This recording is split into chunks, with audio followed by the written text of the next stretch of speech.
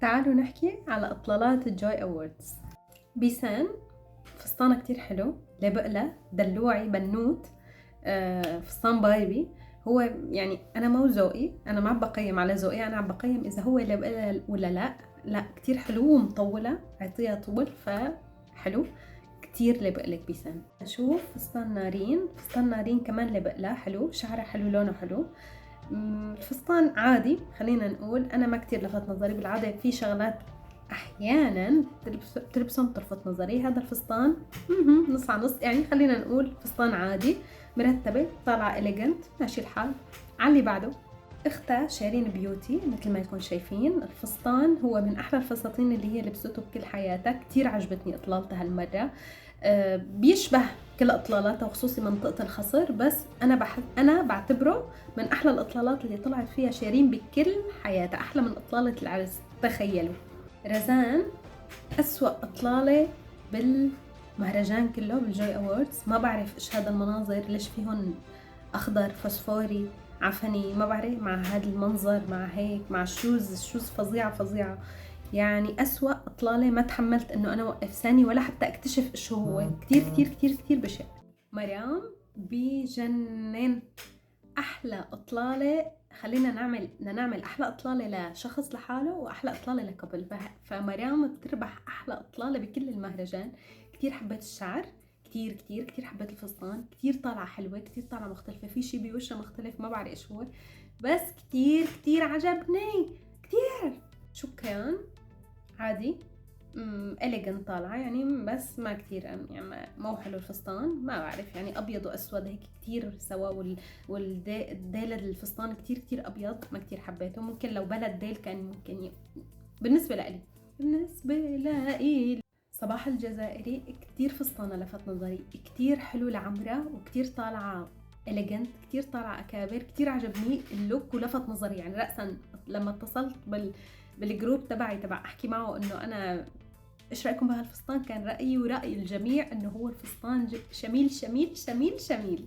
امل عرفه كمان كتير طالع حلو، بس التسريحه ما حبيتها على الفستان، كان يعني شوي هيك ملزق، لو فرفته شوي عملته يعني يعطيها فوليوم لراسها كان بيطلع كتير احلى.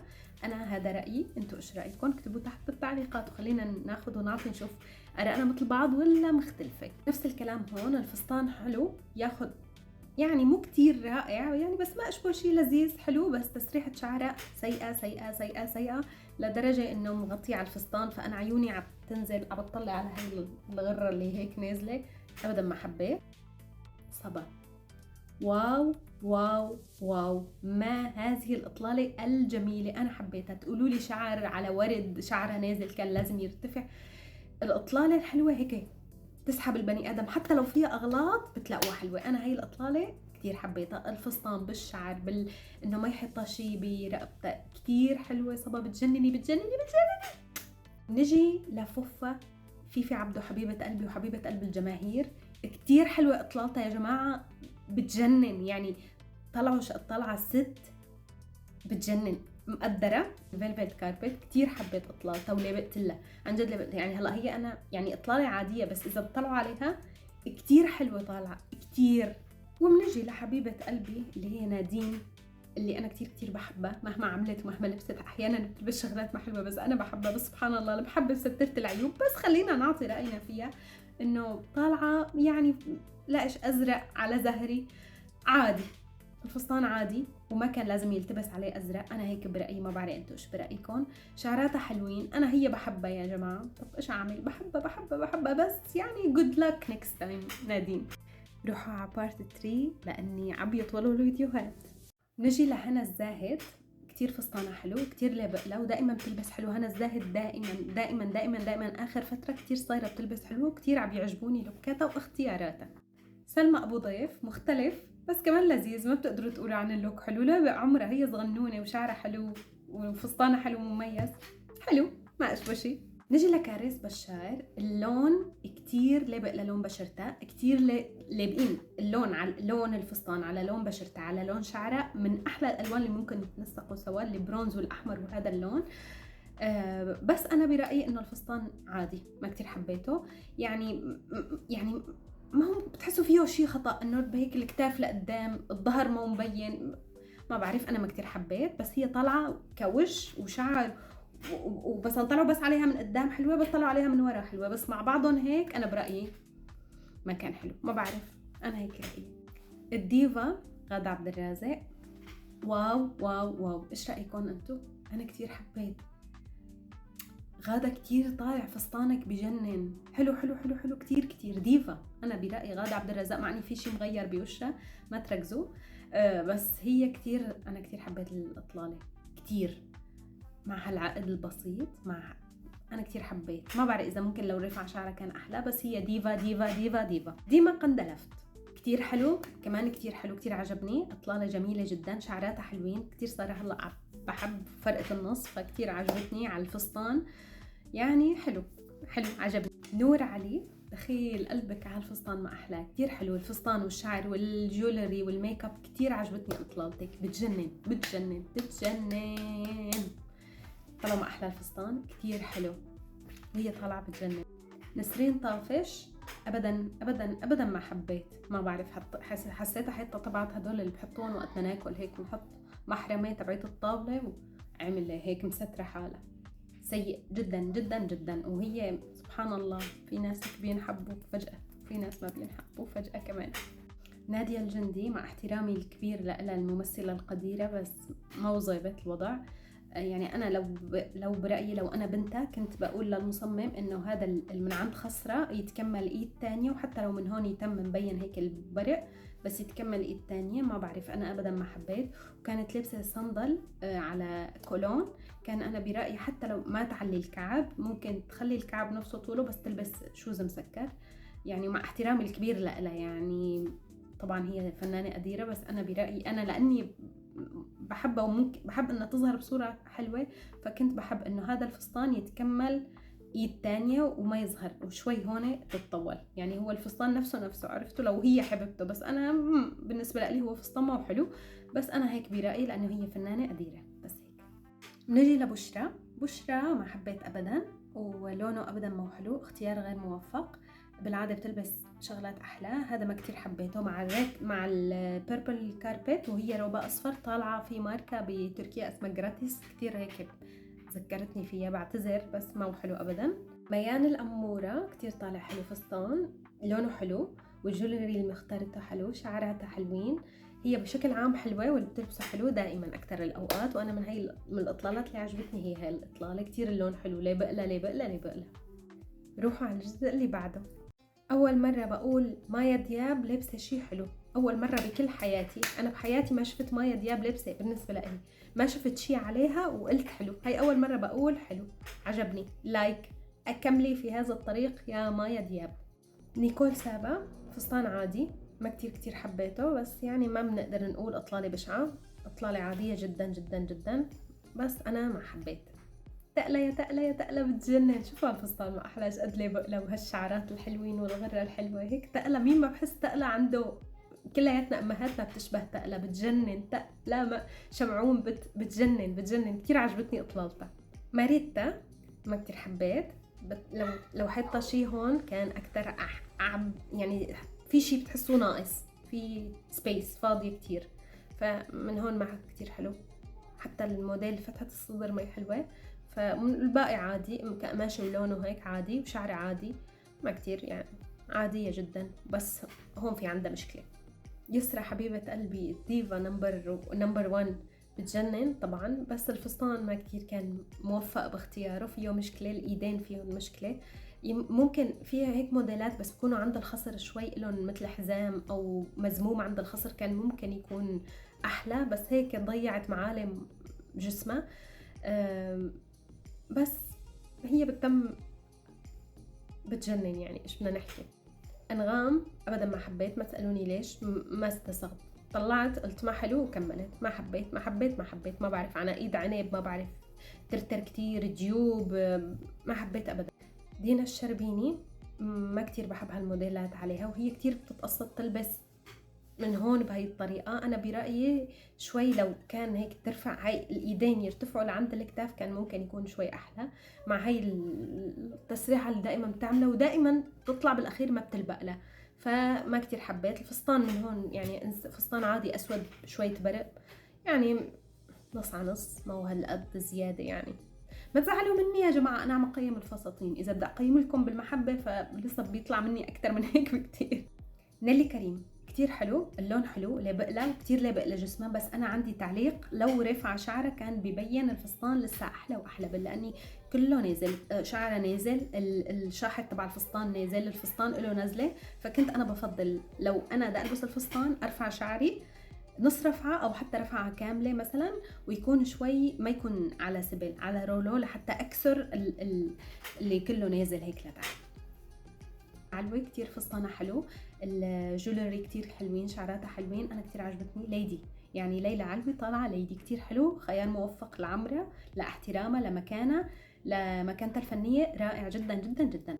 احمد زاهر حبيبي وبناته حبيباتي، بس للاسف هالمره اطلالتها ما حلوه ابدا، راسها طالع هيك قده، شوف ايش قد طالع راسها هيك قده طالع، راسها كثير صغير وضايعه بين البستان الزهور. الاطلالتها ابدا ما حبيتها، اطلالته حلوه بس هيك بالعاده بتلبس كثير احلى، هالمره ابدا ما وظبت، ما بعتذر ملك. ما هذه الاناقه، ما هذا الدلع، ما هذا الفرير، ما هذه الشعرات الجميله، بتجنن. انا كثير حبيت هاي الاطلاله، تاخد العال طالعه هيك بتجنن، كثير حلوه. نروح على اخر بارت، بدنا نقيم اطلالات الكابلز. واول كابل معنا اليوم خالد سليم ومرته، كين وباربي.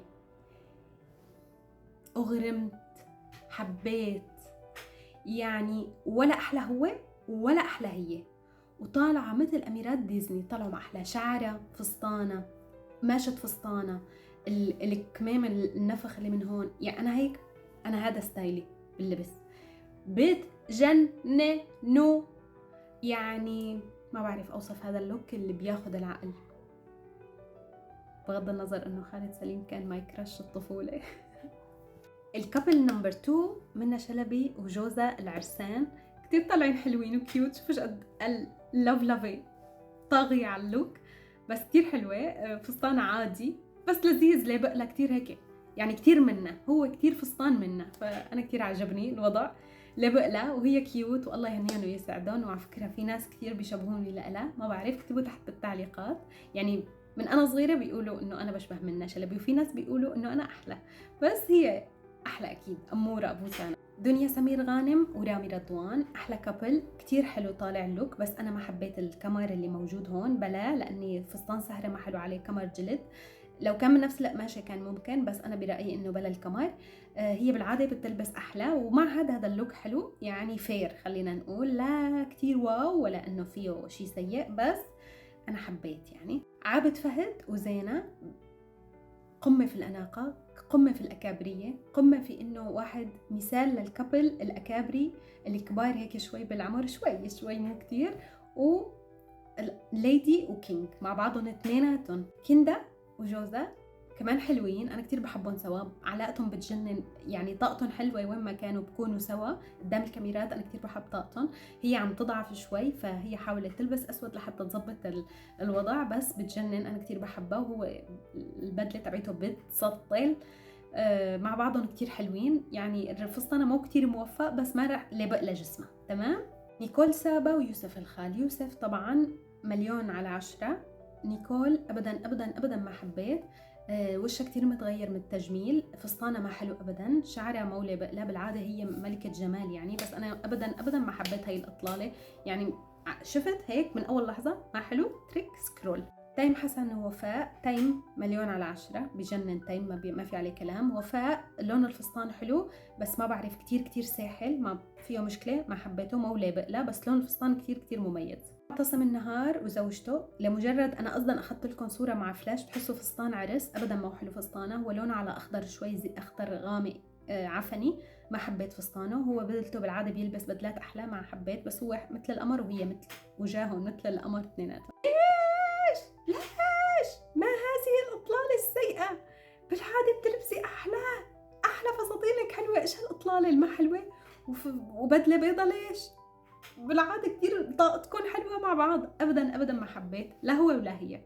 ستيفاني، انا كتير بحبها لستيفاني، طاقتها بتجنن، بس هذا الفستان مغير لها شخصيتها ما بعرف، هي شخصيتها شوي فاني اكتر، مكبرة بالعمر، الشعر والموديل هي العريض هيك، ما بعرف، ما حبيت. هو ابدا ابدا ابدا ما حب. طارق العريان وزوجته بشعين. اوه. وبنجي لمي عمر، الباربي، الفستانة بيسطل، اللي بياخد العقل، اللي ما عندي ولا كلمة اوصفه غير انه هي قمرة، قمرة، اطلالة، شعر، ميك اب، بتجنن. وجوزها جنبها، الله الله، 10/10 يا مي. ديما بياعة وجوزها، ديما بعتذر بس كتير سيء، كتير سيء، بشع بشع بشع بشع، ما حلو ابدا، ما حبيت ما حبيت ما حبيت. احمد رياض وجوزها، واو، لون الفستان، شعره، طقمه شلون ماتشي ماتشي معه، كتير حلو. هو وياها قمار، 10/10. اللوك، الإطلالة، اللوك، الصور اللي اتخذت لكم بتجنن. سامر المصري ومرته كتير حلوين، شوفوا الأناقة، شوفوا الأكابرية، شوفوا كينج وكوين، كتير حلوين، كتير كتير كتير كتير عجبوني. المهم هلا رح نروح لآخر كابل معنا اللي هو بيربح الكأس بأجمل إطلالة عجبتني ولفتتني وأخذت عقلي، وتمنيت إنه أنا وزوجي ناخد نفس الصورة، بنفس البوز، بنفس اللبس، بنفس الطقم. وخلينا نشوف مين هن هدول الكابل اللي بيربحوا معنا بأجمل إطلالة لبيجوي أووردز حسب أنا. الإطلالة اللي بتربح معنا اليوم بأجمل لوك على الجوي، بالجوي أووردز، على البيربل كاربت، هن وسام فارس وسارة. واو واو واو، يعني ولا أحلى. خليني أجرب أروح هيك على جنب، بتحسنوا تخبروني هذا إيش، هاي الإليجنت إيش، حتى المكان اللي متصورين فيه غرام. ولاحظوا إنه هي من فوق ما في شغل، وكمل هو بالطقم تبعه، مكملين بعض بطريقة، وقميصه الأسود مع هي الشقفة اللي من هون سود. يا الله ما أحلاها الإطلالة، يا الله ما أحلاها الإطلالة، يا الله ما أحلاها الإطلالة. بتاخد 1,000,000/10. الفستان من تحت بجنن، كتير عجبتني كتير عجبتني كتير عجبتني. 1,000,000/10 يا جماعة، مليون. وهن أساسا وين ما كانوا بيقدموا أحلى شي، فهن حتى نجمهم محبوب. وبس هيك حبيت أعملكن رأيي بإطلالات الجوي أووردز. يا رب تكونوا حبيتوا. اكتبوا انتوا رأيكم تحت بالكومنتات، واللي بتكتب لي مين انت لحتى تعلقي، انا مين ما بدي اكون. ومثل ما انت بتدقي لاماماتك وبتعلقي على الفساتين، انا كمان بدي ادق تليفون لكم واعلق لكم على الفساتين. بس هيك، باي باي.